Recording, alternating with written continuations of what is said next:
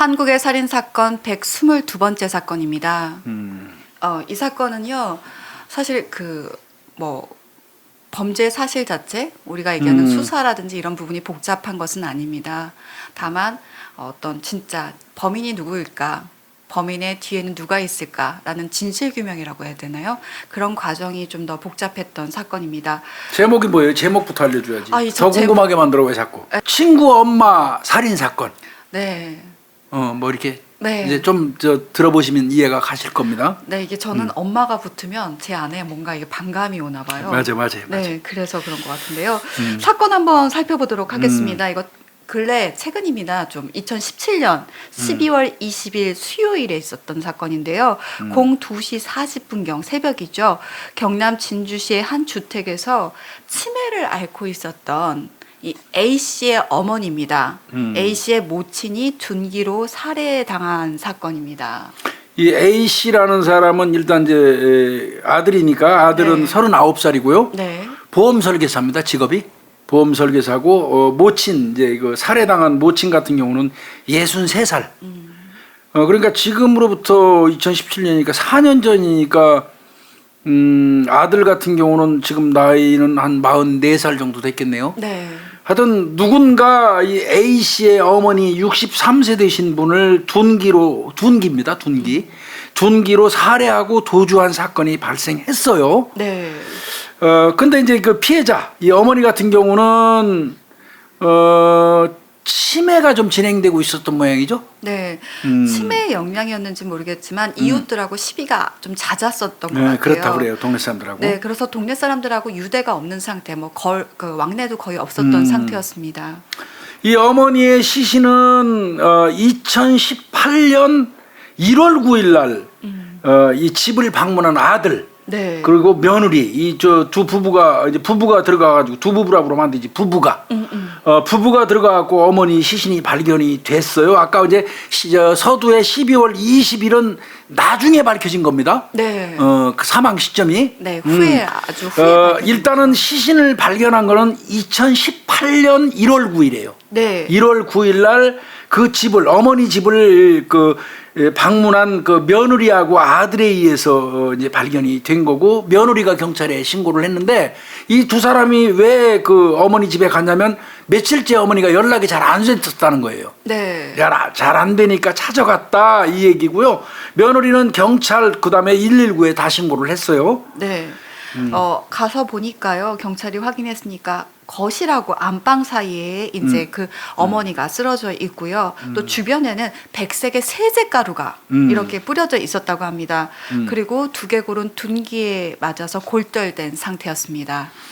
근데 이때 아들 내외가 그 집에 도착했을 때 문은 굳게 잠겨 있었다는 거예요. 네. 이거 중요하거든요. 네. 외부 침입, 내부에서의 문제 이제 이런 거 가지고 따지는 건데, 문이 굳게 잠겨 있었다. 이게 어쨌든 그러면 두 가지밖에 없어요. 비밀번호를 아는 사람 아니면 열어줬거나. 열어줬다는 얘기거든요. 면식범의 소행이거나. 네. 하여튼 이거는 굉장히 중요한 단서고요. 네. 신고를 받고 출동한 경찰은 여기서 이제 간단해요. 이건 참 어떻게 보면 사건은 쉽게 해결이 될 수 있었어요. 네. 피해자의 손톱 밑에서 범인으로 추정되는 사람의 피부 조직을 발견했어요. 그러니까 이제 우리가 맨날 방송에서 얘기했잖아요. 수도 없이. 네. 살인사건 발생하면 피해자 손톱을 손톱 밑이 상하지 않을 정도로 깊숙이 깎아가지고 보관해서 DNA 감정을 해라 이 얘기 많이 했잖아요. 이 네. 역시 이제 그런 정석으로 간 거예요, 이게. 네. 일단 DNA가 도출이 됐습니다. 그렇다면 지인들, 주변에 있는 사람들부터 일단 매칭을 시켜보겠죠. 아마 전 남편하고는 또 아마 따로 사는 관계였던 것 같아요. 전 남편 또 갈등이 있었다고 하는 이웃 주민들하고 대조를 했지만 일치하지 않았습니다. 이것도 이제 좀 난항이 되는 거죠. 네. 이게 이제 DNA가 딱 나오면 그냥 바로 유전자 은행에서 타크닥 하면 그냥 바로 나타나면 좋은데, 네. 잘 아시다시피 대한민국은 유전자가 지문처럼 다 입력돼 있는 건 아니니까 아니니까요. DNA 나왔다고 해서 바로 그 범인이 발견되는 건 아니에요. 강력범죄를 저지르지 않으면. 그렇죠. 그러니까 이제 아마 적어도 내가 볼 때는 피부 밑에서 손톱 밑에서 피부 조직 발견해 갖고 DNA 도출했는데 바로 범인이 안 나타났다는 얘기는 전과는 없는 범인이에요. 일단은. 네. 그러면 이제 찾기 시작해야죠 이걸. 네. 근데 일단 이때 1월 9일 날 발견이 됐는데 그러니까 그 전에 그러니까 시신은 1월 9일 날 발견이 됐지만 사망한 시점이 정확하게 언제인지 그거 중요하죠 그게. 네, 특정을 못한 거예요. 저희가 서두에는 말씀드렸지만 그건 나중에 밝혀진 거고 그럼 도대체 언제 사망했느냐. 왜냐하면 사망을 특정을 해야 그 주변에 CCTV라든지 이것도 확인해 볼 수가 있는 상황인 거잖아요. 이런 경우에는 이제 우리가 맨날 하는 것처럼 일반적으로 시체 강직, 네. 위내용물, 그죠? 직장 온도 재가지고 뭐 이 사망 시간 추정하는 방법이 있잖아요. 네. 근데 여기서는 좀 운이 좋았는지 모르겠지만 경찰들 입장에서는 나름대로 순항하고 있었어요. 일단 손톱 밑에서 표피 조각 찾았다는 것 자체도 경찰이 수사 무지하게 편했던 거예요. 네. 거기에다가 진짜 중요하게 있었던 게 TV가 켜져 있었다는 거예요. 네. 여전히 켜져 있었어요. 그러면 이 TV가 켜져 있다는 얘기는 굉장히 중요한 단서예요. 사실 TV가 켜져 있는 게 뭐가 중요하죠? 라고 생각하실 수 그럴지도 있을 거예요. 몰라요. 근데 이게 TV가 켜져 있던 시점의 그 시간들을 우리가 알 수가 있어요. 쭉 그렇죠. 얼마나 오랫동안 켜져 있었는지. 맞습니다. TV가 현장에 켜져 있었다면요. 그 TV가 마지막으로 켜진 시점을 산출할 수 있어요. 네.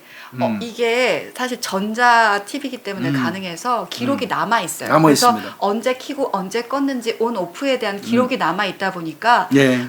계속 켜져 있으니까 또 켰던 시점에는 분명히 피해자가 살아 있었을 거잖아요. 그렇죠. 그러니까 그 시점 즈음이 아마 사망된 즈음이다, 살해된 즈음이다라고 추정할 수 있는 거죠. TV가 그러니까 마지막으로 켜진 시점을 산출을 해보니까 12월 19일이에요. 아, 그러면 적어도 범행 시점은 한 20여일 전, 그러니까 1월 네, 9일 날 네. 발견됐으니까 네. 12월 19일 이후부터 1월 9일 날 사이에 범행이 발생한 거죠. 네. 그런데 이제 거기서 더 털을 수가 있어요. 시신의 상태를 가지고 또 유추가 또 가능하니까요. 네. 일단 적어도 12월 19일까지 TV를 틀을 때까지는 엄마가 살아있었다는 뜻이에요. 맞아요. 그 이전은 아닌 거예요, 범행이. 네. 그래서 이 TV가 켜져 있다는 거는 상당히 이 경찰들 입장에서는 유리한 그런 단서가 되는 겁니다. 그렇다면 이제 시점 나오잖아. 12월 19일 이후부터 CCTV 분석하면 돼. 네. CCTV를 찾더라도 집 주변. 네. 그렇게 된다면 19일을 중점으로 이제 쭉 보면 되는데요. 그렇죠. 네.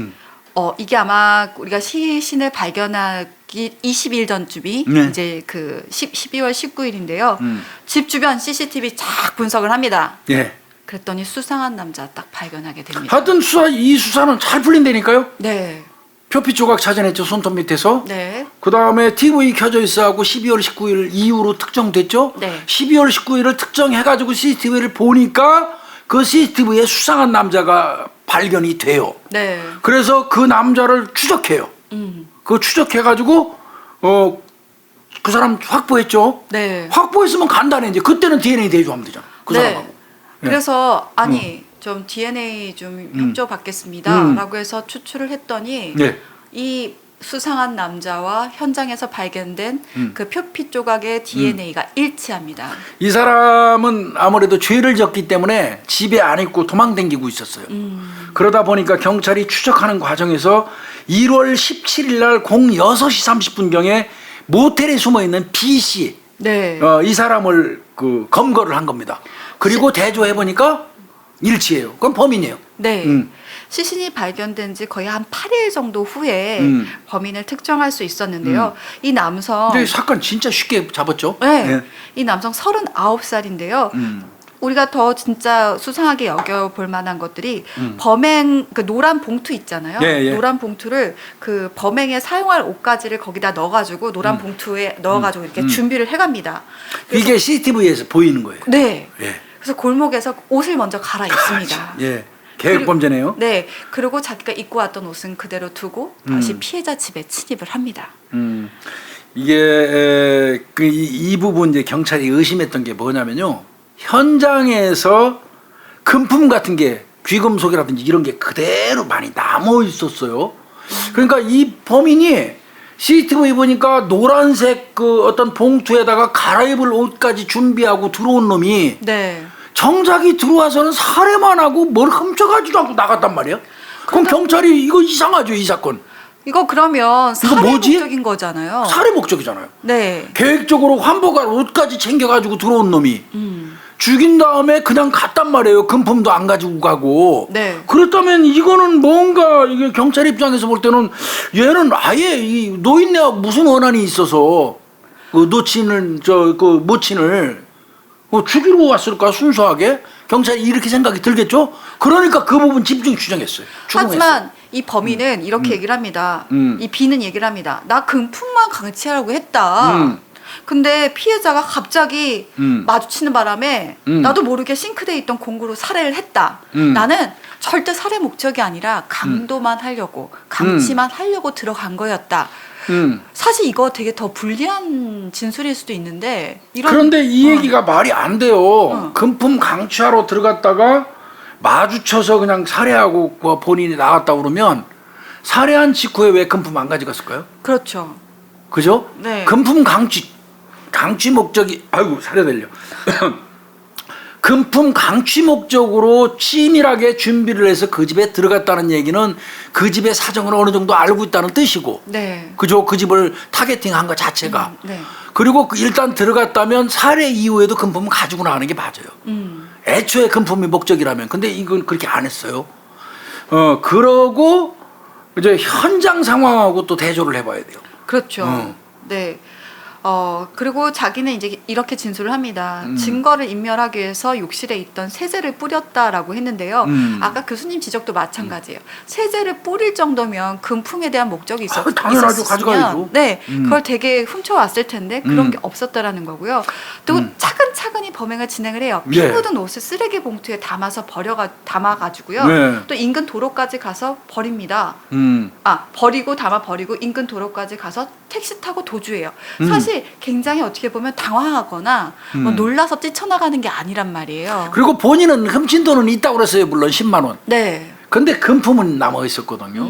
10만 원이 큽니까? 뭐 금붙이라든지 이런 게 큽니까? 그렇잖아요. 네. 그래서 경찰은 애초부터 이건 뭔가 이상한 거예요. 경찰 입장에서 볼 때는 아예 그 집을 타겟팅 해가지고 그 집을 쿠티어 타겟팅한 것도 이해가 안 가고 거기 들어가기 전에 환복할 옷까지 가지고 들어가가지고 살해한 다음에 세제를 갖다 그쵸. 금붙이 같은 건 그냥 놓고 갔고 이건 누가 봐도 이 모친 피해자를 살해하기 위한 목적이지 금품 강취의 목적으로 보여지지가 않는단 말이죠. 네. 그리고 너무 여유가 있는 거예요. 세제까지 뿌리고 거기서 옷도 갈아입어요. 네. 그 갈아입은 옷은 피 묻은 옷은 또 봉투에 넣어가지고 나와서 한참 걸어가고 쓰레기통에 버리고 걸어가서 택시 타고 딱 사라진단 말이에요. 이건 누가 봐도 이 모친 이 피해자를 타겟팅한 거예요. 네. 그렇다면 이건 뭔가 이상하다. 그래가지고 경찰이 의심을 엄청나게 하면서 많이 쪼았다고 그래요. 살해 이후 이거 납득하지 않으니까 정확하게 다시 얘기해. 이거 엄청 쪼고 수사관들이 의문 품고 수사관들이 한번 품으면 그 끝장 보거든요. 네. 예, 그 과정에서 얘가 못 견뎌가지고 얘기하는 게 나오죠. 네. B가 다음 날입니다. 수사관에게 저 사실은요. 제가 살해했던 그 노인분의 아들이 날 사주했습니다. 나한테 살해하라고 사주한 겁니다. 아들이 시켜서 죽였다는 거죠? 네, 그렇게 주장을 피해자 했습니다. 아들이 시켜서 내가 죽였다. 네. 음, 그러면 애초부터 나 맞다. 피해자 살해 목적으로 침입을 했고 어떻게 들어갔냐? 그러니까 아들 A가 나한테 비번도 알려줬다. 그거 시신 발견해갖고 경찰에 신고한 A 아들. 그쵸. 그 아들입니다. 비번도 현관 비번도 여기서 비번 그 문이 잠겨 있던 건 풀리네요. 네. 그렇죠? 네. 그리고 살해 목적으로 침입했다는 거지 아예 애초부터 그 나오는 거니 경찰이 의심했던 대로. 네. 그러니까 애초부터 그리고 아들 A하고 이 B는 어떤 관계였대요? 친구지간이라고 합니다. 아, 근데 아까 말씀드렸지만 이 남성 39이고 이 피해자의 아들도 39입니다. 친구군요. 네. 그리고 친구지간에 우리 계획도 처음부터 같이 짰다. 그리고 내게 부탁을 해왔기 때문에 내가 이렇게 범행을 한 것이다라고 얘기를 했습니다. 이때 경찰도 충격받았다고 해요. 이게 분명히 이 사람을 살해했는데 살해에 이르는 전 과정을 보면 순수하게 살해의 목적이 있었어. 그 살해의 목적이 있어가지고 그걸 왜 죽였는지를 왜 살해하려고 했는지를 추궁하다 보니까 결국은 이 사람이 자백하는 게 피해자의 아들이 내 친구인데 우리 엄마 죽여달라고 부탁해서 내가 죽였다 이렇게 자백을 해버린 거예요. 네. 그러면 볼 것도 없이 그 아들 이제 경찰이 또 조사해야겠죠. 네. 만약에 아들이 시켰다면 이건 청부살해거든요. 그렇죠. 근데 아들 A 씨, 난 전혀 그런 사실 없다. 아니 왜 B가 어머니를 살해하고 나를 이렇게까지 몰아붙인지 난 잘 모르겠다. 나를 무고하는 거다 이거예요? 네. 왜 무고하면 또 무고의 이유도 있어야 할 건데. 하여튼 범행 청부살해를 의뢰했던 그 자체를 전부 부인을 한 거죠. 네. 근데 이 살해했던 B 있잖아요, B. 네. 얘는 결혼 안 했죠. 네. 어? 결혼 안 했죠. 안 했고요. 네. 8개월 전까지는 모친하고 같이 살았다가 지금은 독립해서 혼자 살고 있다라고 합니다. 그 아들 A 같은 경우는 자기 아내하고 같이 가가지고 발견했으니까 결혼한 사람이고. 네. 그러면 이 두 사람 사이를 좀 이제 경찰이 자세히 알아봐야 돼요. 이런 경우에는 네. 어떤 관계인지. 근데 친구 사이라고 해서 뭐 동갑이기도 하고 굉장히 오래전부터 알고 있었던 사이라고 생각을 했는데 아닙니다. 2017년 3월 그러니까 범행이 일어나기 얼마 전이네. 9개월 전입니다. 9개월 전에 네. 친구가 소개를 했는데 중간에 네. 친구의 소개를 통해서 알게 된 사이인데 골프 동호회를 했다고 해요. 그러면서 급격히 친해졌다고 얘기를 합니다. 네. 그러면서 B가 사실 이 B가 독립을 하면서 치킨집을 차렸나 봐요. 네. 그러면서 이 치킨집 자리도 A가 다 봐준 거다. A는 보험 설계사죠. 네, 직업이. 네, 네. 그러면서 가게 자리도 봐줬고 우린 서로 막역한 사이다. 이제 B는 얘기를 하는 거죠. 그리고 서로 친하게 지내면서 돈도 빌려주고 받고 하는 이런 사이였다고 그래요. 이게 나중에 가서는 경찰 수사를 굉장히 어렵게 만들어버린 결과가 됐는데 서로 아마 그 돈 거래가 좀 평소에 있었던 모양입니다. 그러고 그런데 이제 이게 9개월 만에 청부 살해를 시킬 정도로 우리 엄마를 죽여달라고 청부 살해를 시킬 정도로 가까워질 수가 있나요? 그게 좀 어려운 얘기거든요. 그래서 경찰이 그 두 사람 주변을 또 탐문을 하죠. 그리고 특히 제일 중요한 거는 두 사람을 소개해 준 사람. 네. 그 사람을 찾아서 경찰이 물어보는 게 제일 좋겠죠. 네. 그 사람 뭐라고 얘기했어요? 아니 내가 둘을 소개를 했습니다. 맞습니다. 근데 급속도로 둘이 친해져서 나도 놀랄 정도였고 신기할 정도였습니다. 아니 내가 소개시켜줬는데 나보다 더 친하게 지내고 거의 매일매일 만나더라고요. 자기 소개해준 자기는 빼고 지들끼리는 맨날 같이 만났다는 거예요. 네. 그러니까 경찰이 왜 그렇게 가까이 급속히 친해졌나 이런 것 등등을 확인하기 위해서 당연히 두 사람 사이에 오고 간 통화 내역 같은 것도 뽑아보겠죠. 얼마나 친했는지. 네네. 얼마나 친했는지 보십시오. 9개월 동안 두 사람 통화 횟수가 얼마예요? 870통이요. 아이고야. 이거 연인인데? 이거 거의 그렇죠. 연인보다 더 한 것 같은데. 이거 제가 평균 내보니까 하루에 거의 3.3통화예요. 아 그렇습니까? 그러면- 1일 3.3통화예요. 나는 산수 싫어서. 네. 그러면 아침, 점심, 저녁에 거의 매일 전화 통화를 이야. 하는 거예요. 만나기까지 한다면서요. 거의 매일 만나고 거의 하루에 3통화 이상씩 한다. 그 급격히 두 사람이 친해진 이유가 있고 더더군다나 이거 치킨집 하는 B 같은 경우는 빚이 있대요. 그래서 그 형편이 그렇게 썩 좋지 않은 것 같은데 A한테 또 보험도 여러 개 들었다는 거예요. 빚도 빚이 있는데요. 있음에도 불구하고. 그러니까 이 두 사람은 엄청나게 가까운 건 사실이에요. 그 가까운 사람 중에 한 사람이 사람을 살해하고 사주했다고 그러는데 한 사람은 안 했다고 그러는 거예요. 네. 자, B가 이제 그러면 청부 B는 그렇게 얘기했잖아요. 그 A가 아들이 나한테 시켜가지고 죽여달랬네 죽였다 이렇게 얘기했으니까 그럼 구체적으로 청부 관련된 거에서 경찰이 조사를 하겠죠. 네. 청부 관련해서요. 이제 처음에는 그런 얘기 아니었다. 그런데 어느 날 갑자기 A가 어머니에 대해서 말을 하기 시작을 했는데 A가 아들 A가 네, 아들 A가 우리 어머니가 좀 정신적인 문제가 있다. 근데 치매 있었잖아요. 네. 그것 때문에 나 너무 힘들다. 솔직히 말하면 나 엄마 죽이고 싶다. 그게 2017년 초라고 그래요. 10월 초. 네, 그러니까 이들이 만나기 한 7개월 후쯤이죠. 어느 정도 가까워졌다고 생각될 때쯤에 이제 나 우리 엄마 치매 때문에 진짜 너무 힘드니까 우리 엄마 죽여버렸으면 좋겠다 이렇게 얘기를 했다는 거 아니에요. 이제 네. BC 진술이죠 이거는. 네. 그러면서 죽이는 방법도 제시를 했다고 그러네요. 뭐. 이때는 죽여달라고 얘기를 한 건 아닌데 이렇게 죽이면 어떨까 이런 식으로 얘기한 것 같아요. 그게 교통사고 위장이라든지 네. 아니면 방화 집에다 불질러 가지고 네. 이렇게 죽이면 어떨까 이런 얘기 등등을 했다는 거예요. B의 계획은 어디까지나 B. 네. 그래서 그때 이 B 입장에서는 아들 A의 그 어려움 그걸 이해는 했대요. 그렇지만 엄마 죽이는 방법까지 생각하는 건 좀 아까 교통사고 위장이라든지 방화 불질른다든지 이런 거 하는 거는 좀 아이고 너무한 거 아니야? 그래서 본인도 충격을 받았었다는 거예요. 네. 그런데도 계속 됐나 봐요. 그 이후로도. 네, 이게 10월 초쯤에 이런 얘기가 나오기 시작을 했는데 그 후로도 술자리를 갖기 시작을 하면 A가 계속 지속적으로 아휴 나 진짜 엄마 때문에 죽을 것 같아 너무 힘들어 라고 하고 하소연을 한답니다. 그러면서 계속 이 B 씨도 듣다 보니까 나중엔 내가 도울 거 없어? 하면서 내가 도울 게 있으면 돕겠다며 이제 아마 위로를 해줬던 것 같아요. 이것도 그러다가 11월이 됐어요. 그러니까 네. 아마 지속적으로 그 얘기를 했나 봐요. 네. B에게요. B의 얘기 진술에 의거하면 2017년 10월 초부터 우리 엄마 죽었으면 좋겠다. 죽이고 싶다. 그 죽이는 방법으로 교통사고로 위장해서 죽이면 어떨까? 아니면 불질르면 어떨까? 이런 식으로 B한테 일방적으로 A가 자꾸 얘기를 하고 걔 얘기하고 또 계속해서 만날 때마다 술자리 할 때마다 엄마 때문에 미치겠어 하니까 본인 입장에서는 아유 도와줄 수도 없고 본인도 답답했다. 내가 돕고 싶으면 도울 수 있으면 돕겠는데 도울 게 내가 없더라. 이렇게 힘들었는데 계속해서 만날 때마다 얘기를 하다가 그게 11월경에 갔다는 거예요. 11월까지. 네네네. 그러면서 그때 이제 자주 듣다 보니까 엄마 사례에 대한 구체적인 논의가 이제 그때부터는 진행이 됐는데 그때 보험금 지급 사례를 얘기를 했다는 거예요. 아들 A가 엄마 보험금 얘기를 했다는 거예요.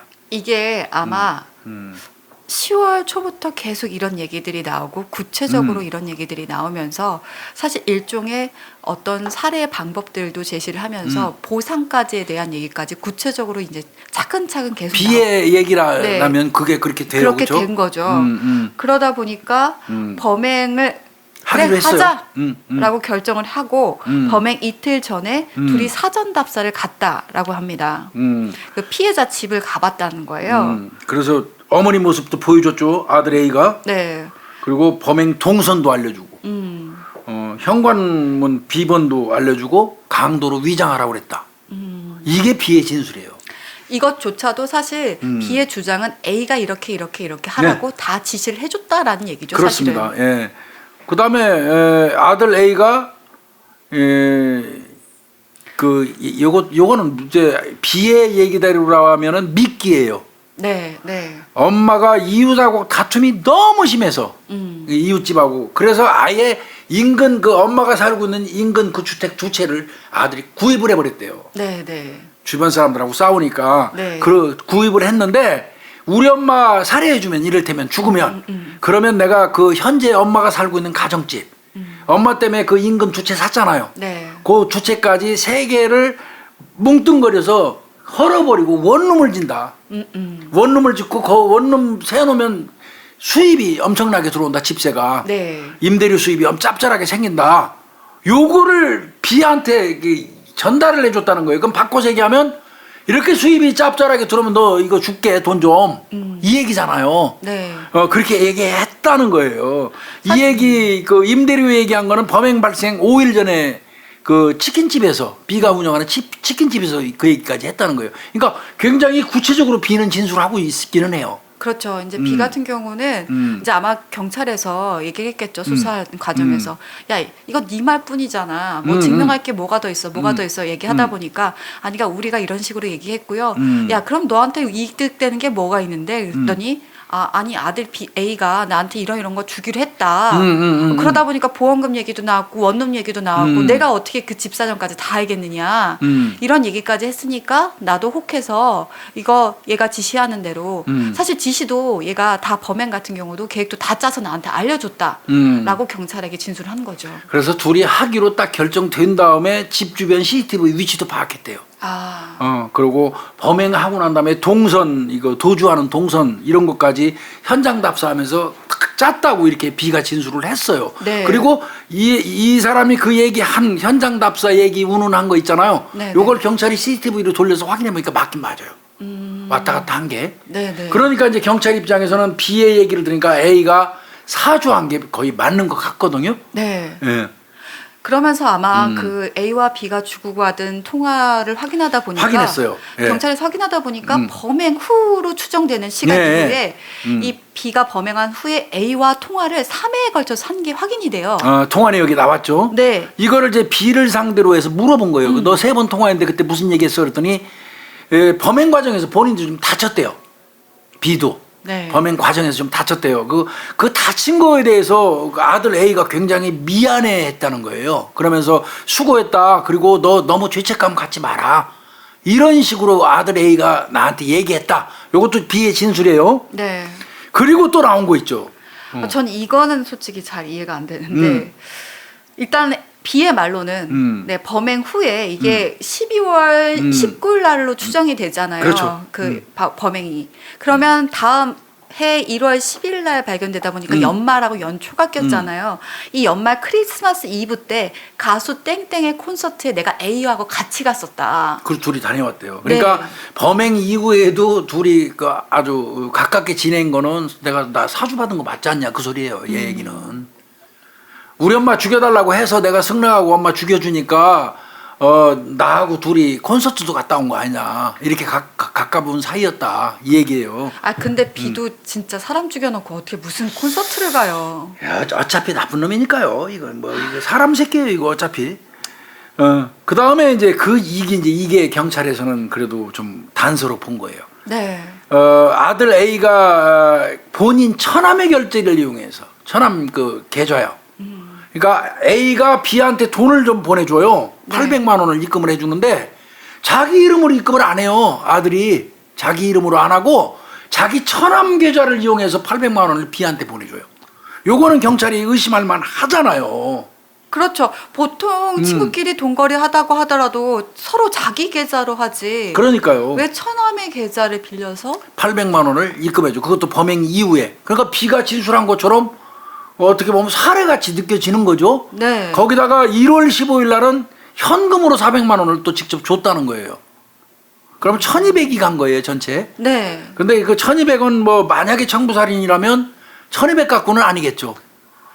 임대료 수익이라든지 뭐 여러 가지가 있겠죠. 그쵸. 네. 근데 이건 어디까지나 이제 B의 진술이고요. 네. 이제 B는 이렇게 진술해요. 그럼 이제 A는 또 이제 이거에 대해서 뭐라고 얘기를 해요? 아들 A. 네. 일관되게 이건 정말 B가 날 무고한 거다. 난 범행을 하지 않았다. 일관되게 부인을 하는데요. 내가 왜 우리 엄마를 죽이겠느냐. 그렇지. 그리고 또 이 A의 와이프는 이렇게 얘기를 합니다. 아니 그 B가요 자기 살겠다고 우리 집안 망가뜨리고 있는 거예요. 우리 집안을 그냥 남편한테 떠밀어 가지고 풍비박산 내고 있다 그렇게 얘기하는 거네 아내가. 네. 아들 A의 아내가. 아니 며느리 좋으니까. 네, 그렇죠. 내가 B하고 안 지 8개월밖에 안 됐는데 친하려면 얼마나 친하겠느냐. 아 지금이라도 솔직히 B가 솔직히 말해주고 자기가 범죄 다 시인했으면 좋겠다. 나 좀 자유롭고 싶다. 이렇게 얘기를 한 거죠. 일관되게 부인하는 거죠 아들은. 네. 그래서 경찰이 거짓말 탐지기 검사를 합니다. 네. 증거 능력은 없지만 어떻게 나왔죠? 거짓말 탐지기 반응이. 거짓. 예, 거짓 반응이 나왔어요. 네. 경찰은 더 신경 썼겠죠. 네. 거기에다가 경찰이 이 보험 설계사 있잖아요. 네. 보험 관계도 조사를 해봅니다. 엄마가 죽고 나면 사망하고 나면 혹시 보험금도 얼마나 많이 받을까? 이런 게 이제 생각이 나서 경찰이 보험 관계 조사를 했습니다. 네.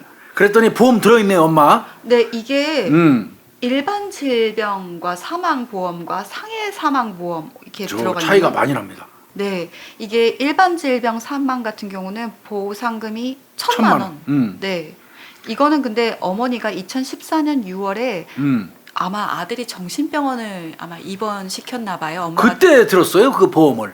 이 아들이. 이가 2014년도 6월 달에. 그 보험을, 예, 그때 이 아들이 이 보험을 들으면서 사망보험을 들었는데 일반 질병으로 사망하면 1,000만 원. 아, 상해 사망은 5억 원이에요. 그러니까 경찰 입장에서는 야 이거 봐라. B가 진술하는 내용과 그다음에 거짓말 탐지기 거짓 반응 나오는 것과 그 다음에 엄마 몰래 본인이 일방적으로 들은 거 아니에요. 네네. 그것도 엄마 정신병원에 입원시켜놓고 5억짜리 보험 들은 거예요. 결과적으로는 그 둔기로 때려서 사망하면 상해 사망이잖아요. 그럼 5억짜리잖아요. 네네. 이런 거 보니까 이거 분명히 이거 아들 사주한 게 맞네 이렇게 본 거예요. 비의 진술, 거짓 탐지기, 보험 일방적으로 본인이 5억짜리 들은 거. 네. 이 보험도 엄마가 정신병원 입원했을 때 원래 보험은 본인이 서명하고 사인하고 들어야 되잖아요. 네. 근데 아들이 일방적으로 했으니까 이거는 어떻게 보면 사문서 위조 사문서 행사까지 돼요 이거.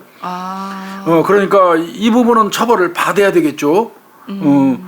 그 다음에 이제 그러니까 경찰에서는 딱 나왔네. B가 죽인 놈이 아들한테 사주 받았다고 얘기하고. 네. 그 아들 거짓말 탐지기 조사했더니 거짓 반응 나오고. 엄마 보험 정신병원에 입원시켜놓고 일방적으로 문서 위조해갖고 보험 5억짜리 들었고. 네. 그리고 사망한 이후에도 보험 조회를 열심히 했어 엄마 거에 대해서. 그 보험 조회 이력이 또 나와. 그럼 4가지가 나오면 경찰 입장에서는 이 아들 범인이에요. 그러니까 경찰은 뚝딱 이거 너 아무리 고리발 내밀어도 너 범인일 수밖에 없다. 이런 생각했을 것 같아요.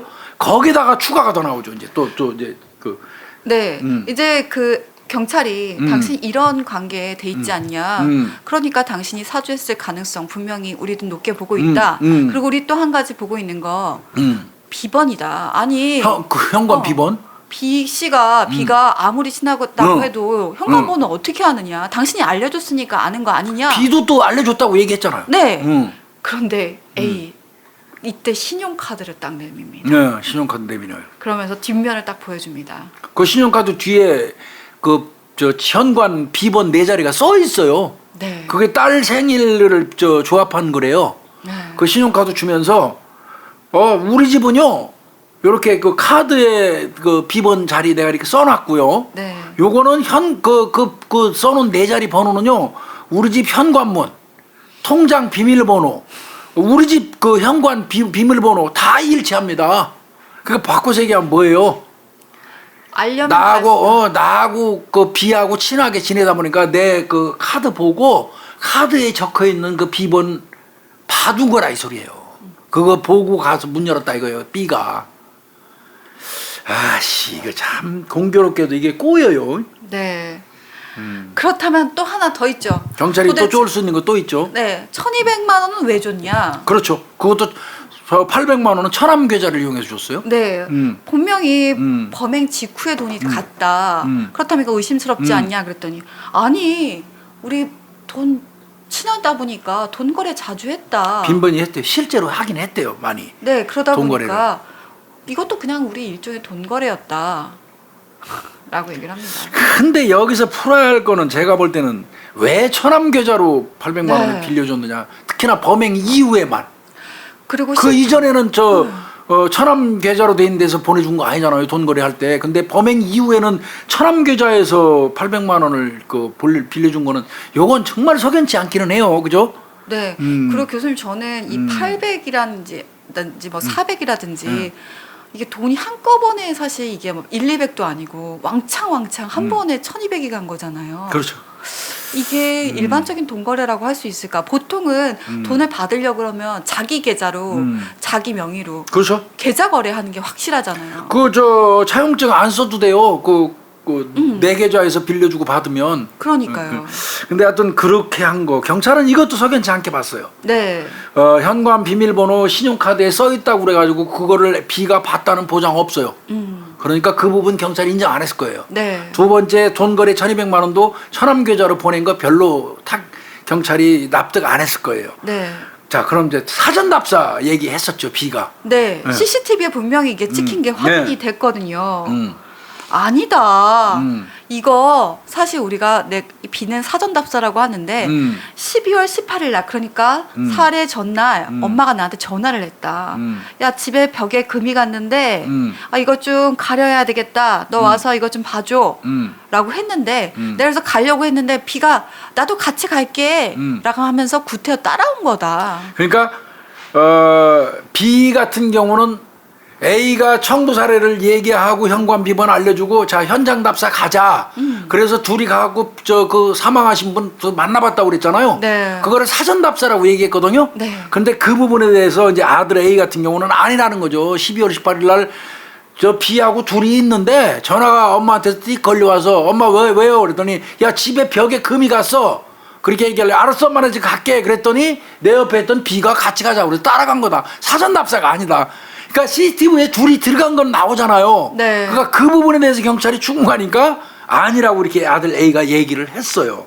그러면서 A가 이때 더 한마디 붙입니다. 네. 아니요, 나 우리 집에 있는 엄마 집이니까 내가 잘 알잖아요. 엄마 집에 분명히 10돈짜리 금목걸이가 있었습니다. 근데 이거 없어졌어요. 이거 B가 분명히 이 집에 강도 목적으로 들어와가지고 그것까지 강취해 간 거 맞아요. 이거 비범행, 단독 범행 맞다니까요. 이 얘기죠. 우리는 이제 경찰 입장에서는 없어진 물건이 없이 단순히 들어와고 사람만 살해했기 때문에 이거는 뭔가 모종에 뭐가 있다고 보고 추궁을 했던 거잖아요. 네. 그런데 이제 아들 A 얘기는 그거 아니죠. 강도 목적으로 들어와서 A가 우리 엄마 죽이고 금 10돈짜리 금목걸이 가져갔다는 거예요. 근데 그 금목걸이 발견 안 됐어요. 네. 그리고 그 금목걸이가 있었다는 것을 입증하기도 좀 어려운 상황이에요. 그래서 이제 결국 아들 A 입장은 내 친구 B가 우리 엄마 저 금품 훔치려고 들어와서 살해한 거다. 이 얘기인 거죠. 그러면 이제 둘이 그러면 엄마가 벽에 금 갔다고 그럴 때 그 따라 나섰다고 그랬잖아요. 네. 둘이 차 타고 갔죠. 네. 블랙박스 좀 보자고 그랬어요, 경찰이. 그렇죠. 그건 간단하잖아요. 네, 네, 대화 네. 같은 거 나오니까. 네, 네. 그럼 블랙박스 봤어요. 근데 블랙박스 고장입니다. 아, 참 공교롭기는 하죠. 너무 모든, 공교로워요. 그죠?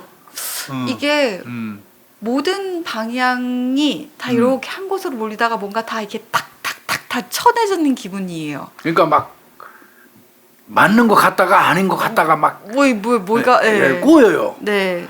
그래서 자 여기까지가 A 진술이에요, 아들. 네. 그러니까 다시 B를 데려다가 또 경찰이 조사해요. 이제 아들 A가 한 내용을 전부 적어가지고 그거에 대해서 하나씩 또 이제 또 반박하는 거를 이제 저 B한테 물어보는 거예요. 수사가 그래요. 그렇게 했더니 다른 증거 또 있냐? 너 처음에 네가 진술했던 내용 뭐 사전 답사 갔다 뭐 했다 뭐 쭉 비번 알려줬다 뭐 돈 800만 원 보내줬다 뭐 이런 거 등등 쭉 얘기한 거 네가 얘기한 거에 대해서 A한테 물어보니까 A가 요렇게 대답하고 싹 그 아니라고 하더라. 네. 그러니까 그거 말고 우리한테 처음에 얘기했던 거 말고 다른 거 아들 A가 너한테 청부 살해를 했다는 증거 다른 거 혹시 기억나는 거 있으면 하나 얘기해봐. 그랬는데 거기서 하나 나와요. 맞아요. 보고독. 보고동 얘기예요. 무슨 보고독이야? 라고 했더니 이런 얘기를 합니다. 아니 A가 아들 A가 보고독을 인터넷에서 검색해봤다라는 말을 나한테 분명히 했다. 그러니까 아마 살해 방법 중에 여러 가지 생각하다가 보고독을 아마 생각했던 것 같다. 그러니까 가서 빨리 찾아봐라. 보고독 기록 있을 거다. 검색한 기록. 그러니까 B 얘기는 그거죠. 아들 A가 자기 엄마를 죽일 의지가 분명히 있었다. 나한테 청부해서 내가 죽였는데 아니라고 그러니까 아들 A가 그 엄마를 죽일 의지가 있었다는 거를 간접적으로 입증할 수 있는 게 뭐가 있냐면 가만히 생각해보니까 자기 엄마 그 죽이려고 보고독을 인터넷에서 검색한 적이 있다고 나한테 말했다. 그러니까 빨리 그 사람 저 휴대폰 찾아가지고 진짜 보고독 검색해봤는지 확인해보세요 그런 거예요. 네. 그러니까 경찰이 그 일견 말이 되잖아. 네네. 휴대폰 A 휴대폰 딱 압수했어요. 그리고 네. 검색 기록을 확인을 했습니다. 그랬더니 보고독이 있습니다. 있어요. 그리고 까치복 죽음? 까치복 죽음. 까치복이라는 보고가 있는데 까치복에 의해서 이제 그 죽음, 뭐 까치복 죽음, 까치복 손질법, 네. 보고독, 까치복 죽음, 까치복 손질법. 까치복이 아마 가장 이 독이 심한가 봐요. 요게 휴대폰을 봤을 때는 안 나왔어요. 근데 당연히 경찰이 디지털 포렌식 했겠죠. 네. 디포 했더니 삭제시킨 게 나온 거예요. 그러니까 B 얘기가 맞긴 맞는 거예요. 그렇다면 경찰 확인해야죠. 이때는 이제 대질해요. 네. 아니 검찰 단계에서 아마 이 대질 신문이 이루어졌다고 하는데요. 네. 당신 그 보고도 검색한 기록이 있다고 해서 확인해 봤는데 그랬더니 본인은 없다고 그랬어요. 저 안 했는데요. 너 휴대폰에 있는데 그러니까 그때 비로소 이 아들이 아, 그거요. 아니, 어느 날 뉴스를 보다 보니까 보고독 사건이 나왔어요. 네. 그래서 내가 호기심으로 그거 보고독 검색해 본 거예요. 그러니까 휴대폰에서 나왔다 그러니까 그때서 이제 비로소 얘기를 하는 거예요, 아들이. 이러니까 또 경찰 그런 보고독이 정말 실제로 그쯤에 있었나 한번 다 검색을 해봅니다. 맞습니다. 그러니까 이 보고독이 분명히 뉴스에 나오긴 나왔어요. 그런데 살인 사건 이후에 나온 거예요. 네. 검색은 살인 사건 전에 전에 있었는데 했죠. 이 뉴스는 살인 사건 후였습니다. 그러니까 그거 거짓말이죠, 그건. 네. 뉴스에 나와가지고 내가 보고도 까치복 주고 뭐 이거 했다는 얘기는 말이 안 되는 거죠. 네. 그리고 이제 정말 이 아들이 그러면 이거 독 관련해서 혹시 그거 구입하려고 애쓴 적이 있나 없나를 또 이거 경찰이 또 확인하죠. 네. 그건 시도니까 예비 음모 될 수 있고요. 그러니까요. 그래서 확인을 하기 시작했어요. 네. 그러던 중에 제보가 하나 들으러 왔어요. 아. 근데 이게 방송에 왔어요. 방송에. 아, 어떤 방송이 경찰로 나오니까 직접 본 게 아니라. 예, 왔습니다. 수산업자예요. 네. 이 사람이 저 A 씨 지인입니다. 예, 예. 그런데 A가 어느 날 내 친구가 나가 엄마 때문에 정말 너무 힘들다. 치매인데 너무 힘들다 하면서 지난 11월이래요. 11월 만났을 때 자신한테 이런 걸 토로했대요. 그러면서 야, 나 보고 좀 구해달라. 구해주라. 이랬더니 손질 안 한 거. 네. 독이 있는 거. 네. 근데 그래서 이게 이 새끼가 왜 이런 걸 얘기를 해요? 그러면서 귀찮아서 안 구해줬다는 거예요. 그때 안 구해주는 구실을 어떻게 삼았냐면 우리는 한 박스씩 안 판다. 보고 요리 잘못 먹어 쥐탈 날 수 있으니까 뭐 이렇게 얘기하면서 귀찮아서 안 구해줬다는 거예요. 아마 찝찝함이 분명히 그랬던 것 있었겠죠. 같아요. 그러니까 보고독을 검색하고 보고를 구하려고 시도했던 건 분명해요, 아들이. 이거는 뭐 드러난 사실이니까요. 네. 결국 경찰은 이 정도 되면 나라도 네, 기소해야죠. 구속 기소하죠. 네. 음. 분명히 보고독을 검색을 했습니다. 그리고 보고독을 구하려는 시도도 확인이 됐습니다. 그러다 보니까 경찰은 그래 분명히 의도가 있었네. 어머니를 살해할 살해 의도가 있었네라는 걸 확인한 거죠. 이게 몇 가지를 이제 경찰은 추정한 거예요. 네. 2015년경에 이제 그 엄마가 중증 치매를 앓고 있으니까 병원에다 입원시켰잖아요. 네. 입원시키고 나서 이게 하나 더 드러난 게 있네. 나중에 수사하는 과정에서 뭐가 나왔냐면 엄마 집 지금 살고 있는 엄마 집이 A한테 명의가 이전된 사실이 나와요. 아. 그걸 하나 경찰이 더 찾아내요. 그러니까 이거 엄마 정신병원으로 입원시키고 나서 그 즈음에 엄마 동의 받아갖고 그 명의를 자기 앞으로 옮겨버렸어요. 그 집을. 네. 이거 찾아낸 거를 경찰이 찾아낸 거예요. 네. 그러니까 이게 맞다. 그 집도 헐고 앞에 사둔 두 집 헐어갖고 원룸 짓겠다는 비애 얘기가 맞네. 이렇게 인식한 거예요, 경찰이. 네. 그리고 거짓말 탐지기 했는데 거짓반응 나왔습니다. 예. 그리고 현관 비번을 아무리 그래도 그렇죠. 친구가 알 수 있을까? 네. 그 카드 뒷면을 통해서 알 수 그거는 있을까? 경찰이 인정 안 한 거예요. 네. 근데 경찰이 인정 안 하고 검찰이 인정 안 하는 건 별 볼 일 없어요, 사실은. 결국 재판 가고 판사가 어떻게 보느냐에 따라 달라요. 판사들은 바라보는 시선이 좀 다르기 때문에요. 네. 예. 그러면서 일단 3개까지 나왔어요. 그 다음에 1200만 원 입금한 거. 이것도 이제 경찰 입장에서는 본 거예요. 거기다 보고독. 네. 이거 한 5개 정도 나오니까 네. 또 하나 더 있죠. 항상 우리가 하는 거, 꼬일 때 나오는 거. 119 구급대원을 상대로 물어보는 거 있지. 사건 현장에 최초 현장했던 구급대원 네. 상대로 물어보는 거. 네. 거기에서 보니까 이제 엄마 시신이 발견돼서 119에 며느리가 신고했잖아요. 네. 그래서 119 맨 먼저 출동했던 119가 사건 현장에 나왔을 때 아들 내외가 자기 어머니가 죽은 걸 보고 보인 반응을 경찰이 조사하거든요. 늘. 맞아요. 그때 조사했더니 구급대원 이야기가 슬퍼하거나 흥분하지도 않았고 헛구역질만 엄청나게 해가지고 뭘 물어보면 대화가 안 될 정도였대요. 구급대원이 이제 그러면서 좀 아들 치고는 좀 이상했다. 이런 얘기한 내용도 이제 경찰 입장에서는 기소 이유로 본 거예요. 네. 그리고 또 이제 아마 확인해야 될 게 사실 A가 계속 주장하지 않았습니까? 난 엄마를 죽일 이유가 없다. 내가 엄마를 왜 죽이겠냐?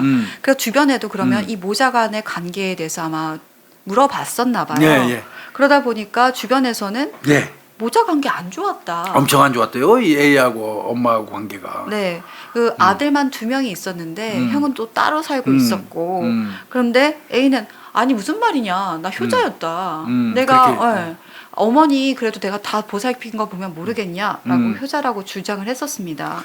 그리고 이제 그 조사하는 과정에서 엄마가 이제 저 치매가 심해지니까 형한테 전화를 한 거예요. 아들 둘이 동의를 해야지 입원을 네, 정신병원에 네. 입원시킬 수 있으니까 그때 이제 형한테 전화해서 형 동의해줘 엄마 그 정신병원에 입원시키게 그랬더니 이때 형이 나 만사 귀찮으니까 네가 알아서 다 해. 아니 무슨 소리야? 왜 형은 나한테 저 치매 앓는 엄마 떠맡기고 모르는 척 하니까 그 엄마 저 집이라든지 이런 권리 나 다 포기할 테니까 나 그거 싹 다 포기할 테니까 네가 알아서 해. 이렇게 했다는 거예요. 그래서 이제 정신병원에 입원을 시켰고요. 네. 정신병원에 입원을 시키니까 엄마가 나 좀 제발 좀 내보내줘. 나 내보내주면 그 지금 4명이 돼 있는 집을 4명이로 옮겨줄게. 이랬다는 거예요. 그래서 그 집을 증여받았다는 거예요. 아. 그래서 세 채가 다 자기께 된 거고 거기다 원룸 질 거였다는 거예요. 이런 거 등등이 쭉 나오니까 경찰은 기소할 수밖에 없겠죠. 네. 그리고 피고인 A하고 B가 이제 대지 신문을 계속 하잖아요. 네, 예. 그런데 이게 관찰을 하게 되거든요. 그렇죠. 그거 관찰해요. 네, 그래서 면회 온 거 뭐 이런 거까지 관찰하잖아요. 네. 그러면 사실 엄마를 죽인 나쁜 친구잖아요. 그리고 자기 그러면 찢어 죽이고 싶지. 만약에 A 입장에서 B 친구가 내 엄마를 그렇게 죽였다면 그것도 둔기로 잔인하게 죽이고 세제 뿌리고 말이야. 그런데다가 자기를 무고한 사람이잖아요. 그러면 찢어 죽이고 싶은 놈이지. 그래서 진주교도소에서 같이 수감돼 있는데 이렇게 같이 보니까 관찰을 했어요. 네. 그 교도관이라든지 CCTV를 통해서. 아니 오히려 A가 B를 옆에다 두고 B에 대해서 그 감정 표현을 별로 안 해요. 옆에 오지도 못하게 할 것 같아. 나 같은 반응하고. 근데 그 옆에서 그 친구 A하고 A가 그 B 자기 어머니를 죽였다는 자기를 무고한 그 사람이 옆에 있는데도 별로 개의치도 않고 격분한 감정표 그 표정도 아니고 더더군다나 이 B 이 범인 B를 옆에 두고 2번이나 밥을 퍼서 먹고 밥이 들어가냐고요. 일반인 같으면 옆에 사람이 옆에 있는데. 이름을 두고 철천지 원수한 네. 부모 죽인 놈보다 이 세상에 나쁜 놈은 어디 있어요. 그놈이야말로 죽는 날까지 응징해야 되는 철천지 원수죠. 근데 저를 무고했잖아요. 그러면 그 철천지 원수를 옆에 두고 밥을 퍼먹고 말을 걸어 또 이거는 일반인이 보이는 일반적인 행동이 절대 아니죠. 솔직히 말씀드려서. 네. 이게 말이 됩니까 이거? 난 이거 하나만으로도 정말 아들이 굉장히 의심가요. 솔직히 말씀드려서. 저는 옆에 사실 정말 옆에 있으면 막 화를 낼 것 같거든요. 화를 내는 게 아니라 죽여버리지 그냥 놔둬 이거. 내 어머니를 죽였는데 그렇게 잔인한 방법으로. 그리고 그러니까 B보다는 A 행동이 어떻게 보면 더 가까이 가는 뭐 아무렇지도 않은 행동들을 더 보였다라는 게 오히려 B는 더 이 A와 더 거리를 두려고 했었던 것 같기도 하고. 그러니까요. 그러니까 아까 말씀드린 6가지 이유 있잖아요. 쭉 그 네. 이유 때문에 아들도 구속이 됐어요. 네. 구속이 돼가지고 진주교도소로 이제 A는 살인죄 실행범, 네. B는 청부살해, 네. 교사범. 네. 그래가지고 둘이 이제 진주교도소로 수감이 됐단 말이에요. 수사 과정은 이제 그렇게 된 거예요. 네. 그러니까 아까 말씀드린 것처럼 6가지 이유 저희가 설명 충분히 드렸죠. 네. 비번부터 시작해서 네. 집 명의 살짝 옮긴 거, 그 어머니 그 동의 받아갖고 네. 정신병원에서 빼주는 조건으로 그 명의 이전한 거, 거짓말 탐지기, 탐지기, 현관 비번. 비밀번호, 1,200만 원 입금한 거, 보고도 검색한 거, 그 다음에 구급대원이 봤을 때 진술한, 슬퍼하지 않는 거, 이 6가지 이유로 요 정도면 아들이 청부살에 분명하다. 이렇게 판단해서 경찰이 구속영장을 신청했고, 네. 구속영장이 발부돼서 두 사람 이제 딱 걸린 거예요. 네. 자, A는 아들은 청부살해, 그러니까 살인의 존속살해 그 교사범이죠. 네. 그 다음에 이 B는 살인, 일반 살인죄. 그래가지고 두 사람이 구속돼서 교도소 간 거예요. 진주교도소로. 네. 근데 교도소 내에서 아까 말씀드린 것처럼 아무렇지도 않게 철천지 원수를 옆에 놔두고도 아들이 밥도 먹고 말 걸고 어떤 저 격분한 표정 뭐 이런 거 하나도 안 보이더라는 거예요. 사후에라도. 이제 요런 것까지 딱 집어서 검찰이 공소장에다가 기재를 했겠죠. 네. 재판 이제 그 진행할 때 써먹기 위해서. 그러면서 이제 재판이 회부가 되고 재판이 네, 이제 진행이 재판이 됩니다. 이제 진행됐어요. 일단은 존속살인이겠죠. 그 다음에 하나 더 있죠. 아들은 아까 보험금에 엄마 사인한 보험을 그 가짜로 서명해서 들었잖아요. 네네. 5억 원짜리. 네네. 그건 사문서 위조예요. 위조 네. 사문서 동행사. 어머니 동의 없이 보험 가입한 거 아니에요. 사문서 위조. 근데 이제 이렇게 이제 그 아들은 존속살인, 그다음에 사문서 위조 두 가지 죄로 아마 네. 위조 사문서 동행사 들어갔을 거예요. 위조 사문서 행사 네. 들어갔을 거예요. 요걸 했는데 재판 결과는 웃기게 나왔습니다. 자, 1심 재판부는 2018년 7월에 선고를 합니다. 7월 19일이에요, 정확하게. 아, 네. 7월 19일인데요. 음. 아들 A에게는 무죄. 예. 그리고 근데 무죄는 아니죠. 사문서 위조 관련된 거는 벌금 200만 원 줬어요. 아, 네. 예. 그리고 존속살인은 무죄. 무죄. 그러면 바로 석방이죠. 그리고 그때 1심 재판부가 네. 자, B는 또 일단 B는 네, B는 살인죄로 징역 18년. 왜 무죄였죠, 아들? 친구 시켜서 어머니 살해할 만한 증거도 없고 음. 동기도 불분명하다. 친구에 비해 진술도 일관성이 없거나 명확하지 않아 신빙성이 없다. 근데 여기서요. 자, 친구를 시켜갖고 어머니를 살해할 만한 증거가 없고 안지가 9개월에 불과한데 친구를 시켜서 설마 자기 어머니를 죽여달라고 하겠느냐. 그리고 엄마를 살해할 만한 동기가 불분명하다. 엄마한테 뭐를 뜯어내기 위해서 그 동기가 있냐. 근데 구태여 동기를 따지면 5억짜리 보험이 있잖아요. 그래서 저는 이 부분 그 재판부 납득이 안 가는 부분이 있네요. 저는 그리고 두 번째로 사실 계속 치매가 어머니가 그렇죠. 있어서 고통스러웠잖아요. 네, 이웃 간의 다툼 때문에라든지 아니면 되게 힘들었어? 힘들었다라고 얘기를 했잖아요. 그것도 동기는 될 수 있죠. 저는- 물론 어머니를 살해할 만한 동기는 아니지만요. 일견 보면. 맞아요. 근데 이것 때문에 갈등을 겪고 있는 걸 네, 제가 굉장히 네. 많이 봐서 예. 근데 하여튼 재판부에서는 친구를 시켜서 어머니를 살해할 만한 증거도 없고 네. 동기도 불분명하다 이렇게 얘기했습니다. 이게 저는 그 납득은 안 갑니다만은 하여튼 그렇게 얘기했고 그 다음에 친구 B의 진술도 일관성이 없거나 명확하지 않아서 신빙성이 없다 이렇게 했는데 여기서 일관성이 없는 거는 딱 하나입니다. 이게 일관성이 없는 게 뭐였냐면 그 B가 사전 답사했었다고 그랬잖아요. 네. 아들하고. 네. 근데 사전 답사를 처음에는 5일 전에 했다고 그러다가 그 나중에 2일 전으로 왔다 갔다 좀 했어요. 사전 답사를 5일 전이니까 2일 전 왔다 갔다 했어요. 이게 일관성이 없다고 재판부는 본 거예요. 저는 재판부가 너무 그 자세히 적용한 것 같아요. 네, 이런 그리고 부분 조금 이상하기는 해요. 재판부는 더 얘기합니다. 구체적인 대가의 약속이 없다. 그럼 1,200만 원 뭐죠? 단순 가래 가능성을 배제하지 못한다. 1,200만 원 입금한 것도 평상시에 돈 거래를 둘이 했었기 때문에 진짜 실제로 돈 주고 받는 그런 빌려주고 받는 그런 관계였을 수도 있다. 그게 구체적인 대가 약속이라고 볼 수 없다. 검찰에서 이렇게 본 것. 검찰이 굉장히 어떤 면에서 보면 피의자의 피고인의 입장에서 본 거는 사실인 것 같아요. 네. 이게 일견 보면요. 그 다음에 이제 네. 그러면 검찰에서 얘기하죠. 그럼 포고독은 뭡니까? 네. 아니 호기심에 검색했을 가능성 배제하지 못한다. 이상하네 이거 참. 왜 이렇게 이게 재판부는 그러니까 죽이려고 검색했다고 단정 못한다는 거예요. 응?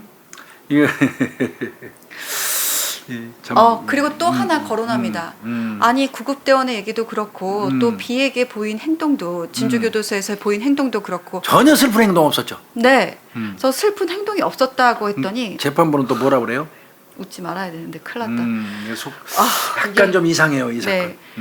A의 행동이 일반적이지는 않다. 아들의 행동이 일반적이진 않다는 거죠. 재판부 얘기는. 그러나 사람마다 슬픔을 받아들이거나 표현 방식이 다른 이상 위와 같은 사정만으로 A가 모친 사망으로 슬픔을 느끼지 않았다고 단정하는 것은 지나친 억측이다. 참. 그러니까 이제 검찰에서 다 무죄 줬잖아. 그 죽일 만한 친구 시켜서 죽일 만한 동기 없다 이렇게 저 재판부가 얘기했고, 근데 동기 있거든요. 제가 볼 때는 동기 재판부에서 생각하면 동기 됩니다. 그거 네. 재판부가 만약에 인정한다면 동기 돼요. 5억이라는 돈이 있고 아까 말씀하신 것처럼 치매 때문에 고통받았던 거, 사이가 나빴던 게 동기 될 수도 있거든요. 네. 그런데 하여튼 동기 없다고 재판부는 봤고요. 그다음에 친구 B의 그 사전 답사가 5일 전이랬다, 2일 전이랬다 해가지고 그거를 일관성 없다고 단정한 것도 조금 불편해요, 사실은. 네. 거기다가 대가 약속도 그 전에 돈 거래가 있었다 해가지고 천암 계좌를 이용해서 800만 원 붙여줬는데 그것도 재판부는 인정 안 했어요. 네. 그 다음에 보고독 같은 것도 호기심에서 검색했을 가능성이다 이렇게 또 그 피고인 입장이 됐고요. 그러니까 또 검찰에서 그러고 어머니가 죽였어도 일반적으로 슬픈 행동이 있어야 되는데 구급대원이나 이런 거 보면 그 사람들 얘기 들어보면 슬픈 거 하나도 없었다는데 이랬더니 재판부가 이렇게 얘기하는 거예요. 일반적이진 않다. 그렇다 봤다. 엄마가 죽었는데 슬픈 기세가 없다는 건 정말 말이 안 된다. 일반적인 건 아니다. 그런데 여기서 참 재판부가 자세히도 설명을 해줍니다. 사람마다 슬픔을 받아들이거나 표현하는 방식이 다른 이상 이와 같은 사정만으로 A가 모친 사망으로 슬픔을 느끼지 않았다고 단정하는 것은 지나친 억측이다 이렇게 재판부가 얘기했어요. 저는 정말 이거는 재판부가 지나치게 뭐 이렇게까지 사족을 달면서 피고인의 어떤 입장을 얘기할 필요가 있을까? 그러니까 더 속상해요, 어떤 면에서는. 네. 이게 유죄 무죄를 떠나서 그렇게 하면서 이제 그 1심 그 재판이 무죄가 난 거고요. 당연히 향수에서 2심 갔죠. 네. 부산고법 창원재판부 형사 1부입니다. 손지호 부장판사인데요. 2019년 1월 23일에 최종 판결이 났는데 네. 역시 여기도 아들에게는 무죄가 선고가 됩니다. 그리고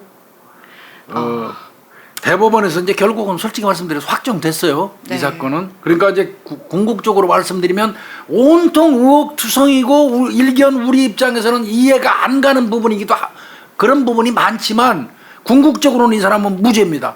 대법원에서 확정됐기 때문에 아들은 무죄입니다. 네. 이제 무죄라는 아예 전제를 이제 내려버려야 돼요. 달리 방법이 없어요. 네. 그리고 이제 그 과정에서 이제 보고독 관련해서 언급이 있었죠. 네. 검찰이 항소심 과정에서 보고덕 검색을 정식 증거로 제출하지 않았기 때문에 유무죄 판단에 이건 영향을 미치지 않았다. 왜 검찰이 보고독 관련해서 1심에서는 그 보고독 관련된 거를 간접 증거로 냈었으면서 항소심에서 1심에서 무죄 났는데 2심에 항소하는 과정에서 보고독 검색 이걸 왜 안 냈는지 난 이거 이해가 안 가요. 이 부분이 좀 아쉬워요. 하여튼 그러니까 증거로 제출하지 않았으니까 그 보고독 관련된 거는 재판부에서 그 염두에 두지 않았다 그 소리예요. 네. 그 얘기고요. 그리고 이제 재판부도 그 얘기 했어요. 항소심에서 추가로 증인이라든지 증거조사 심층 그 어떤 신문을 했대요. 네. 2심 재판부에서 우리가 의혹했던 그런 부분들 그랬더니 A의 청부 사례가 의심이 들긴 한대요. 그런데 의심이 좀 들고 석연치 않은 부분이 분명히 있다는 거예요, 아들에 대해서. 네. 그러나 살인을 청부한 확실한 증거가 없어서 정황이라는 거죠. 형사소송법 원칙에 의거해서 의심스러울 때는 피고인의 이득이 되는 쪽으로 해석한다는 그 해석에 의해서 무죄를 선고한다 이거예요. 궁극적으로 증거가 부족하다 이 소리예요. 근데 더 이상 증거를 어떻게 찾아내야 할까요? 이때 B가요 선고를 내렸을 때 이런 말을 합니다. 이건 아니잖아 라고 하면서 울면서 큰 소리로 외쳤다고 합니다. 그러니까 실행한 범인요. 네. 이 법정에서 이제 최종 그 아들이 무죄가 떨어지니까 이건 아니잖아 이러면서 막 울부짖었다고 해요. 그래서 그 법정 경위한테 강제로 끌려나갔다고 이제 이렇게 얘기가 되는데 그래서 이 사건은요 결국은 저희가 설명드린 내용은 사실은 전부 아까 마지막 그 항소심 재판부에서 살인을 청부한 확실한 증거가 없어서 이제 피고인한테 이득이 되는 쪽으로 해석해서 무죄 때렸잖아요. 네. 그런데 그 이전에 재판부에서 뭐라고 그러냐면 추가로 증인이라든지 증거조사 심층 신문을 했더니 아들 A의 청부 사례가 의심이 든대요. 네. 그리고 석연치 않은 부분이 분명히 있다는 거예요. 네. 그거까지예요. 아까 우리가 들이댔던 한 6가지 쭉 나열했던 거 있죠? 그거 재판부도 이상하긴 하다는 거예요. 그러나 완벽한 증거, 아들이 했다는 명백한 증거는 존재하지 않는다는 거예요. 근데 전 교수님 지금 네. 순간 니코틴 살해했던 첫 번째 사건 니코틴 살해 예. 가 생각이 나는데요. 이게 거의 비슷하게 거기도 사실 정황 증거만 네. 있었거든요. 하지만 그 정황 증거가 살해에 대한 것들을 명확하게 드러내기 때문에 그런 동기라는 부분들도 사실 드러냈기 때문에 이 니코틴 살해 같은 경우는 정황 증거만으로도 이게 유죄로 입증 선고가 났던 거잖아요. 근데 여기서는 지금 이런 똑같은 사실 비슷하거든요. 네. 근데 이 모든 정황 증거는 직접 증거가 되지 못한다라고 지금 네. 어떻게 보면 재판부에서는 얘기를 하는 부분이잖아요. 근데 애매한 게 네. 그 건은 그 범행 동기라든지 범행을 할 만한 어떤 그 정황이 딱딱 맞는 정황 증거예요. 근데 요것도 정황 증거로는 맞기는 맞는데 아닐 수도 있어요. 건건이. 자, 보세요.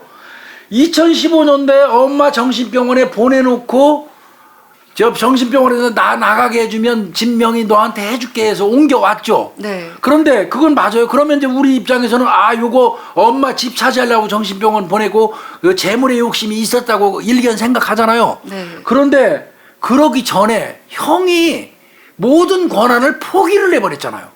그러면 어차피 엄마가 언제 돌아가셔도 그 집은 이 사람 거예요. 네. 그러니까 집 명의 옮긴 거는 희석이 돼버렸어요. 예, 물욕에서. 네. 이권에서 그 희석이 탁 돼버렸어요. 그러니까 1번 털렸어요. 내가 볼 때는. 거짓말 탐지기는 거짓 반응 나왔지만 증거 능력 없으니까 당연히 털어요.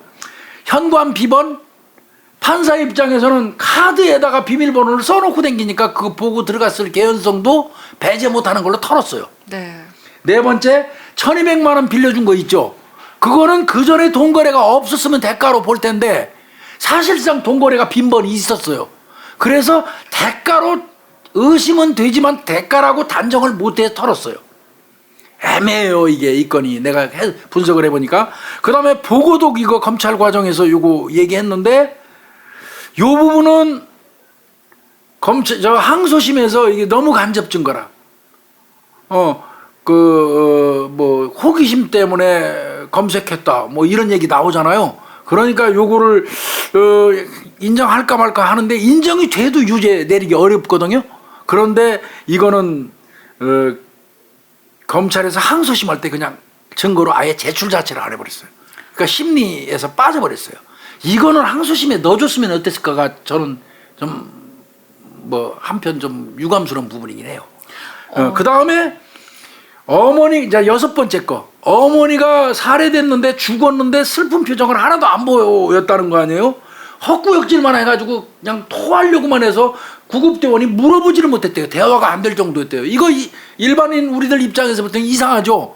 그러나 그렇다고 손치더라도 그게 어머니를 죽인 증거는 아니잖아요. 그러니까 이게, 예. 그 다음에 수감돼가지고 진주교도소에서 옆에다가 자기 어머니 죽인 사람 옆에서 밥 잘 먹고 말 걸은 것도 이상하기는 하지만 그게 어머니를 죽였다고 단정 지을 수 없다는 거 아니에요. 근데 사실은 7가지를 판사의 성향에 따라서 잘 뭉쳐갖고 정황으로 묶는다면 유죄도 가능성이 없지 않아 보이긴 하거든요. 우리가 일반적으로 다뤘던 사건들하고 비교한다면. 네. 그런데 이제 모르겠습니다. 우리가 판결문을 직접 못 봤기 때문에. 네. 네. 저는 가장 의문인 게 살해 동기 자체를 너무 무력이나 협소하게 본 것이 아닌가라는 저는 생각이 들거든요. 사실 이 아들이 어머니 때문에 받았던 정신적인 스트레스가 이 사람이 사회생활에 어떤 영향을 미쳤는지 주변인의 진술들이 단순히 어떤 무력이라든지 경제적인 이익이 아니라 이 아들이 겪고 있었을 스트레스라든지 이런 상황이 저는 되게 중요했을 거라는 생각이 들었는데 사실 이 내용 안에는 그런 게 별로 없어요. 그러다 보니까 저희 입장에서는 과연 범행 동기를 우리가 물욕으로만 봐야 될 것인가라는 의문점이 하나 들었고요. 그러니까 범행 동기를 어떤 재산적인 가치로만 보고 그쪽으로 증거들이 수집됐다는 얘기죠. 네. 그거 말고 뭐 치매에 의해서 엄마로부터 받는 고통, 그리고 또 사실, 그래서 네. 엄마를 제거하고 싶은 욕망 같은 게 생길 수도 있는 그런 부분은 배제했다는 거죠. 쉽게 얘기해서. 네. 만약에 이 사람이 범인이라면 네. 청부를 했다면 사실 그 어머니 집 중심으로 해서 관점이. 네, 양쪽에 있는 집을 사들일 정도로 어머니가 주변하고 어떤 분쟁이 굉장히 있었다고 한다면 저는 단순히 이거 말고도 굉장히 어머니 때문에 어려웠던 네. 건 사실일 거예요. 네, 그런 점이 사실은 어떻게 보면은 아들 입장에서는 굉장히 스트레스일 텐데 재판부에서는 사실 오히려 저는 그 부분을 참작하지 않았나라는 생각을 하고 있거든요. 하게 돼요, 사실은. 그런 부분들이 저한테는 의문점이 좀 들고요. 다 일반적이지 않다, 슬픔의 행동이라는 것들이 라고 얘기하지만 근본적인 슬픔이라는 건 분명히 있을 수 있거든요. 이것이 어머니한테 느끼는 슬픔이 아니더라고 하더라도 자기를 무고한 사람에 대한 분노는 분명히 나타나야 되거든요. 그러니까 그런 게 없었거든요. 네, 그러니까 그런 행동들 같은 것들, 그리고 일반적이지 않은 거래들, 소식이 9개월이나 됐는데 어떻게 얼마나 가까워질 수 있겠어? 라고 자기가 그거를 변명거리로 얘기하면서 어떻게 비범까지 알게 되고 처남의 계좌가를 통해서 입금을 하는지, 사실 말과 계속 다 대치가 되는 상황인데 재판부에서 그것까지 저는 고려하지 않았다는 점이 좀 아쉽죠. 어떤 김윤희 프로파일러의 지금 이 취지는 알겠어요. 그 지금 그 네, 네. 내용은 너무나 어떤 재산적이고 금전적인 부분으로 그 범행 동기를 포커스를 맞추다 보니까 그쪽으로만 집중하는 과정에서 무엇일 수도 있고 아닐 수도 있고 하는 그런 논리가 성립되는 바람에 피고인의 이득으로 해석해버리고 무죄가 난 거. 그것과 조금 전에 말씀하신 것처럼 분노의 표출은 아무리 사람마다 다르다 하더라도 일정 부분 사람이면 비슷할 수밖에 분노할 수밖에 없다. 그거를 좀 인정 안 한 거는 좀 이상하다, 이제 이런 얘기잖아요. 저 그리고 또 하나가 B입니다. 범행 동기를 A한테서 못 찾았다면 전 B한테서도 못 찾거든요. 강도 목적이라고 했는데 사실 현장에서도 보여지는 게 강도 목적이라고 하기에는 이상하기 때문에 수사를 시작을 한 부분이거든요. 맞아요. 그래서 그 부분은 좀 없지 않아 있어요. 그런데 네. 그럼에도 불구하고 하여튼 대법원까지 가가지고 원심 유지되고 확정됐다는 얘기는 네. 아까 말씀하신 것처럼 나름대로 이 법원에서 증인이라든지 증거조사라든지 심층 신문을 했대요. 네, 네. 그렇게 한 결과 청부 사례가 의심이 든대요. 의심이 들고 석연치 않은 부분이 분명히 있다는 거예요. 맞아요. 네. 그렇지만 법정신은 확실한 증거가 없으면 형사소송법 원칙에 의거해서 의심스러울 때는 피고인이 이득이 되는 쪽으로 해석한다는 그 법원에 의해서 우리는 무죄를 줄 수밖에 없다, 이렇게 판단을 했거든요. 그래서 이 사건은 궁극적으로 아들은 무죄, 네. 그다음에 엄마 그 5억 원짜리 그 보험 들은 거 그거에 대한 벌금 그 200만 원 낸 걸로 그 종료가 됐고, 범행을 한 그 친구 B 같은 경우는 징역 18년을 네. 선고받아서 이제 수용 생활을 하고 있는 거예요. 그래서 궁극적으로 이 사건은 교훈을 주는 사건이에요. 가짓수가 아무리 많고 정황으로 이렇게 볼 때 이 사람이 이 범인인 것 같다고 생각해서 그거를 뭉뚱거려서 기소를 했음에도 불구하고 아닐 수 있는 부분이 하나씩 있었던 거예요, 공교롭게. 맞습니다.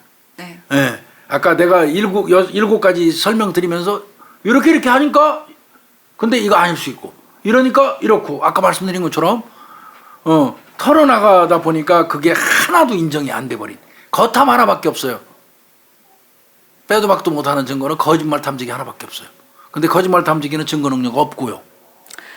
아, 안타깝네요. 왜 그때 하필이면 블랙박스가 고장이 났고. 그러니까 공교롭기에는 참 너무나 피고인한테 유리한 쪽으로 공교로워요, 모든 게. 그래서 이게 분명히 보고 구해달라고 했던 진술도 있었고요. 네. 제3의 친구로부터 수산업자 하는 제3의 친구도 분명히 이 그 아들 A가 보고 한 상자 한 박스 구해달라고 얘기했던 것도 있단 말이에요. 그렇다면 그건 단순히 호기심이 아니었다라는 건데. 글쎄 그런 네. 부분. 하여튼 그러나 의심이 가지만 법원 그렇죠. 얘기대로 의심이 가지만 의심이 들고 석연치 않은 부분이 있지만 재판부 말 그대로 있지만 살인을 청부한 확실한 증거는 없다. 그래서 피고인한테 이득이 되는 쪽으로 해석해서 무죄다 이렇게 선고했던 큰 교훈을 주는 거예요. 네. 이 사건. 이건 특히 수사관들한테 진짜 많이 저도 느꼈습니다. 저도 만약에 음. 제가 수사하는 과정이었다면 음. 이 정도면 충분하지 않아? 라고 생각할 수 있는 부분이었을 것 같습니다. 그런데 네. 그러나 재판부에서는 맞아요. 이게 법의 정신의 입장에서 뭐 진짜 수상한 부분이 있을지 몰라도 석연치 않은 부분이 있을지 몰라도 법에서는 그것이 또 다르게 해석될 수 있다라는 거죠. 그러니까 뭐 이 저 법정신이 있잖아요. 99명의 범인을 놓치더라도 한 명의 억울한 사람을 만들지 말아야 된다. 명확한 증거가 없으면 심지어는 자백 보강의 원칙도 있잖아요. 네. 법칙도 있잖아요. 범인이라고 내가 자백을 해도 그 범인이 자백한 내용을 뒷받침하는 증거가 없으면 그 사람 경찰이 아무리 내가 죽였다고 떠들어도 무죄예요. 네. 자백 필요 없는 거거든요. 자백을 보강하는 반드시 어떤 증거가 있어야 되거든요. 그게 법정신이고 그러다 보니까 아들이 석연치 않은 부분은 분명히 있는 건 사실입니다. 내가 봐도. 그럼에도 불구하고 또 그 석연치 않은 그 7가지 부분에 또 아들이 얘기하는 내용을 들어보면 그럴 수도 있어요. 또 한편 가능성은 희박하지만 아들의 얘기가 그럴 수도 있어요. 일견 보면. 그러다 보니까 그게 다 하나씩 파괴된 거예요. 떨어져 나간 거예요. 7가지가. 그래서 이제 궁극적으로 무죄가 난 건데 이 사건은 수사기관한테 주는 어떤 그 교훈이 엄청 많은 사건입니다. 아까 우리 김윤희 프로파일러 말씀하신 것처럼 범죄 동기를 단순히 꼭 금전으로만 포커스를 줬어야 했느냐. 다른 쪽에 줬으면 안 됐겠나? 이런 것도 생각해 봐야 되고요. 네. 좀 진정이 안 되지만 네, 여기서 마무리를 해야 될 것 같고요. 하여튼 뭐 이거는 일단은 저희가 그 어떻게 보면 너무나 급작스럽게 그 고통스러운 죽음을 맞이한 이분에 대해서 저희들이 명복을 빌고요. 그 어찌됐건 그분의 입장에서는 자신을 직접 살해한 그 범인 그 B는 18년형을 받았어요. 네. 근데 그 18년형도 이놈이 많이 받았다고 저는 생각하지는 않습니다.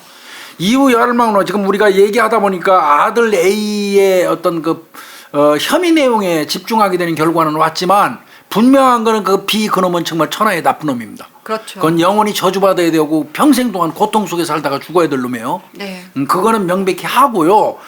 아들 이제 A는 궁극적으로 저희가 말씀드리면 대법원까지 확정됐기 때문에 이 사람은 무죄입니다.